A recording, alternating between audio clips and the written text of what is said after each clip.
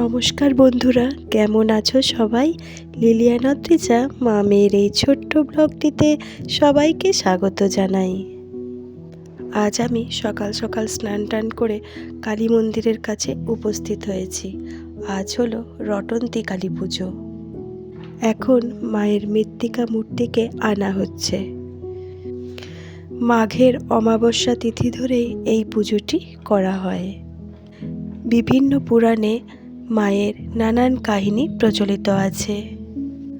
পুরাণে আছে রাধাকৃষ্ণের লীলা প্রসঙ্গেই মায়ের আগমন।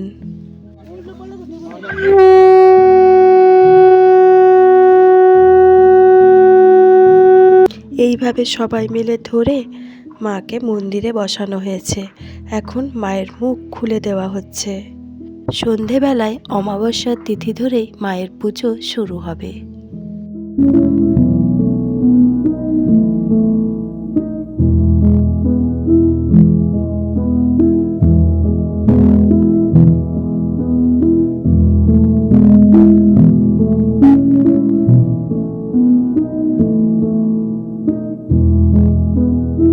কালী পুজোর উদ্দেশ্যে রাত্রেবেলায় সকলকে খিচুড়ি প্রসাদ খাওয়ানো হয়।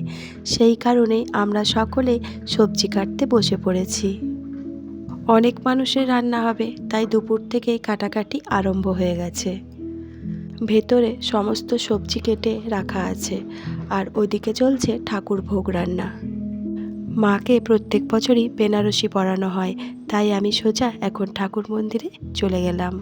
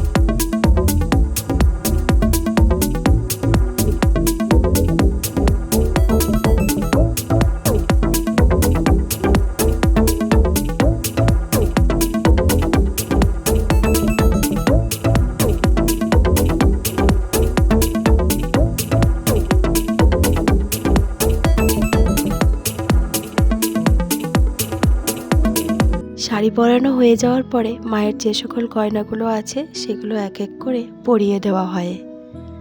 সাজানোর কাজ শেষ হয়ে যাওয়ার পরে ঠিক সন্ধেবেলায় বসে যাওয়া হয় পুজোতে।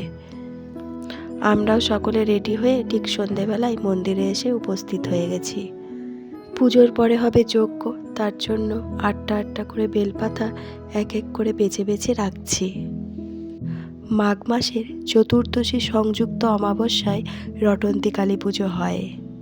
শ্রবণমঙ্গল গ্রন্থে বলা আছে যে শ্রী রাধা শ্রীকৃষ্ণের সাথে বনে লীলা করতেন বলে তার শাশুড়ি জটিলা আর ননদিনী কুটিলা তার নামে অনেক কলঙ্ক রটিয়েছিলেন, এবং সেই কথা সত্য প্রমাণ করার জন্য আয়ান ঘোষকে নিয়ে রাধার অনুসরণ করে সেই বনে পৌঁছেছিলেন।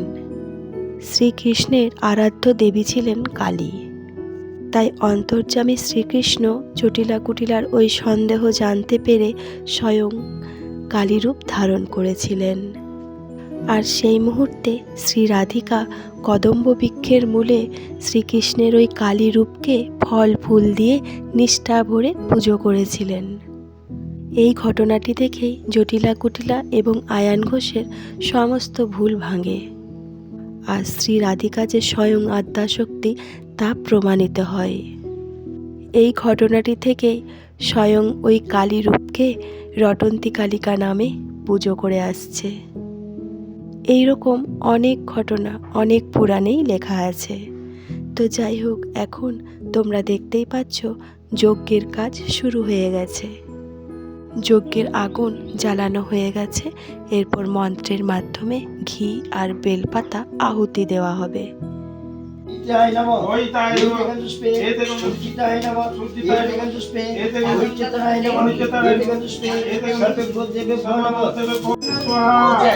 ओम ब्रह्मण्यदेवाय गो ब्रह्मणेकाय जगत्पिताय श्रीकृष्णाय।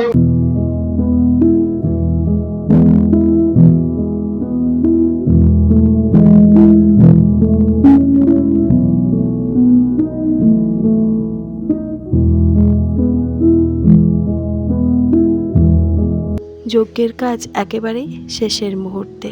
ঘি বেলপাতা সব দেওয়া হয়ে গেছে। এরপরে বস্ত্রটি আহুতি দেওয়া হবে। সর্বশেষে দুধ, কলা, পান আর মিষ্টান্ন দিয়ে আহুতি দিয়ে যজ্ঞ শেষ হবে। যজ্ঞ সম্পূর্ণ হয়ে যাওয়ার পর সেখান থেকেই কাঠের আঙ্গার নিয়ে যজ্ঞের তিলক তৈরি করা হচ্ছে। সকলকে এই তিলক পরিয়ে দেওয়া হবে। তার আগেই হবে পুষ্পাঞ্জলি। সেই কারণে সকলে উঠে দাঁড়িয়ে গেছে। যারা যারা সকাল থেকে উপবাস করে আছেন তাদেরই হচ্ছে এখন পুষ্পাঞ্জলি। সর্বে সাধব সর্বে সর্ব কার্যেষু মাধব নম সর্বমঙ্গল মঙ্গলং বরেণ্যং।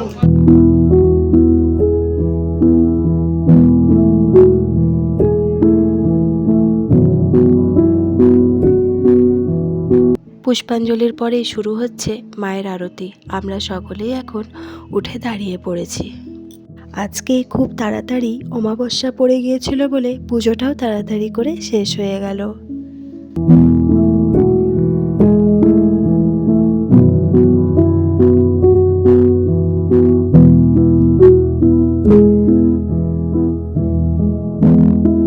সকলের কপালেই যজ্ঞের তিলক পরিয়ে আজকের পুজো শেষ হলো।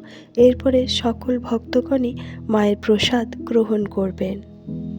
তো চলো বন্ধুরা, আজকের ভিডিওটা আমি এখানেই শেষ করছি।